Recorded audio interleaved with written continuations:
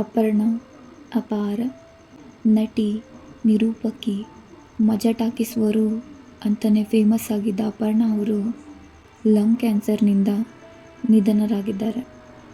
ನಿಜಕ್ಕೂ ಅವ್ರ ಲೈಫು ನಮ್ಮೆಲ್ಲರಿಗೂ ಇನ್ಸ್ಪಿರೇಷನಲ್. ಅವ್ರ ಸಾವು ಹತ್ತಿರ ಇದೆ ಅಂತ ಅವ್ರಿಗೆ ಗೊತ್ತಿದ್ದರೂ ಕೂಡ ಯಾವಾಗಲೂ ಖುಷಿಯಾಗಿ ಇದ್ದರು.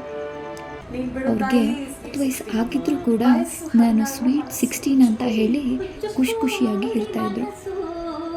She is a true legend. Aparna ಅವರು ಹುಟ್ಟಿದ್ದು ಚಿಕ್ಕಮಗಳೂರಿನ ಪಂಪನಹಳ್ಳಿಯಲ್ಲಿ ಅಕ್ಟೋಬರ್ 14, 1966ರಲ್ಲಿ ಅವರು ಜನಿಸ್ತಾರೆ. ಅವ್ರು ಹುಟ್ಟಿದ್ದು ಚಿಕ್ಕಮಗಳೂರಾದರೂ ಕೂಡ ಅವ್ರು ಬೆಳೆದಿದ್ದೆಲ್ಲ ಬೆಂಗಳೂರಲ್ಲೇ.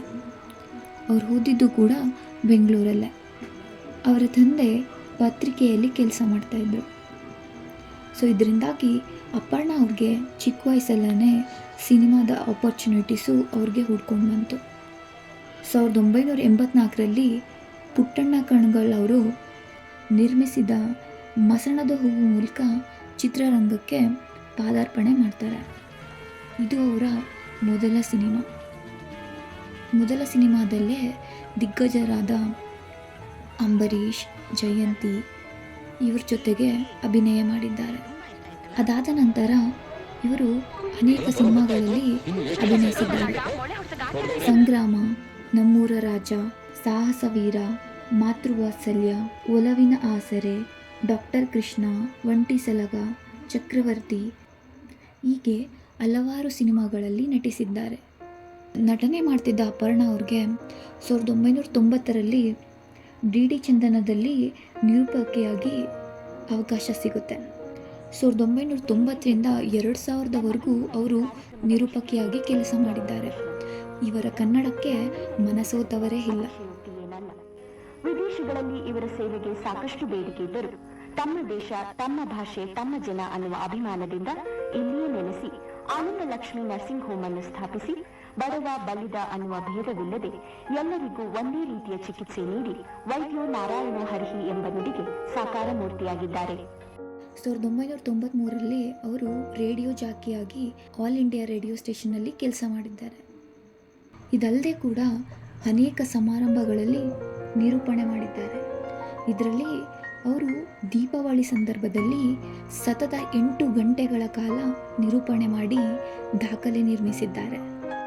ಇದಲ್ಲದೆ ಅಪರ್ಣಾ ಅವರ ದನಿಯನ್ನು ನಾವು ನಮ್ಮ ಮೆಟ್ರೋದಲ್ಲಿ ಕೇಳಬಹುದು. ಮುಂದಿನ ನಿಲ್ದಾಣ ಯಶವಂತಪುರ. ಅಪರ್ಣಾ ಅವರ ಗಂಡ ನಾಗರಾಜ್ ಹೊಸ್ತರೆ ಅವರು ಲೇಖಕರು. ಇವರಿಬ್ಬರಿಗೆ ಮಕ್ಕಳಿರಲಿಲ್ಲ. ನಿರೂಪಣೆ ಮಾಡ್ತಿದ್ದ ಅಪರ್ಣಾ ಅವ್ರಿಗೆ ಧಾರವಾಹಿಯಲ್ಲಿ ಕೂಡ ಚಾನ್ಸಸ್ ಸಿಗುತ್ತೆ.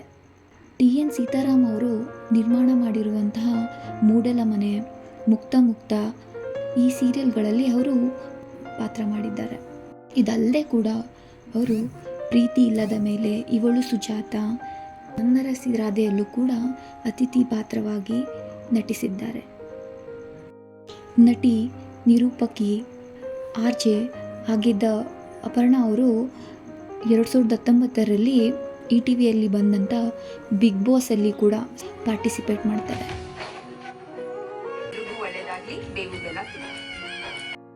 ಅಪರ್ಣಾ ಅವರು ಇನ್ನೂ ಜನರಿಗೆ ಹತ್ರ ಆಗಿದ್ದು ಮಜಾ ಟಾಕೀಸ್ನಿಂದ. ಅವರ ವರು ಪಾತ್ರ ಎಲ್ಲರಿಗೂ ಅಚ್ಚುಮೆಚ್ಚು. ವರಲಕ್ಷ್ಮಿ ಅಲಿಯಾಸ್ ವರು.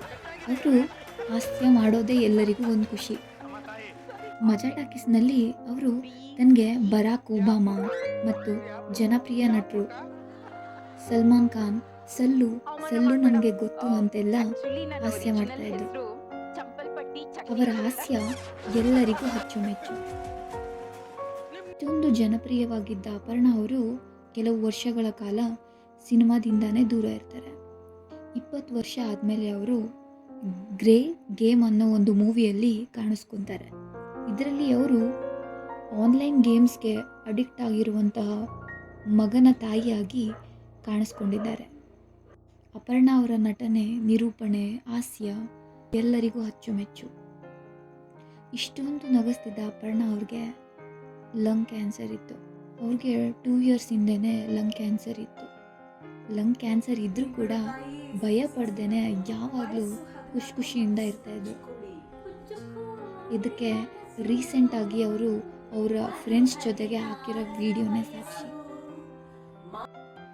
ಅಪರ್ಣಾ ಅವರು ಕ್ಯಾನ್ಸರಿಂದ ನಿಧನರಾಗಿರ್ಬೋದು, ನಮ್ಮಿಂದ ದೂರ ಇರ್ಬೋದು, ಬಟ್ ಅವರ ನೆನಪುಗಳು, ಅವರ ನಟನೆಯಿಂದ, ನಿರೂಪಣೆಯಿಂದ, ಅವರ ಕನ್ನಡ ಅಭಿಮಾನದಿಂದ ಅವ್ರು ಯಾವಾಗಲೂ ನಮ್ಮ ಜೊತೆಗೆ ಇರ್ತಾರೆ.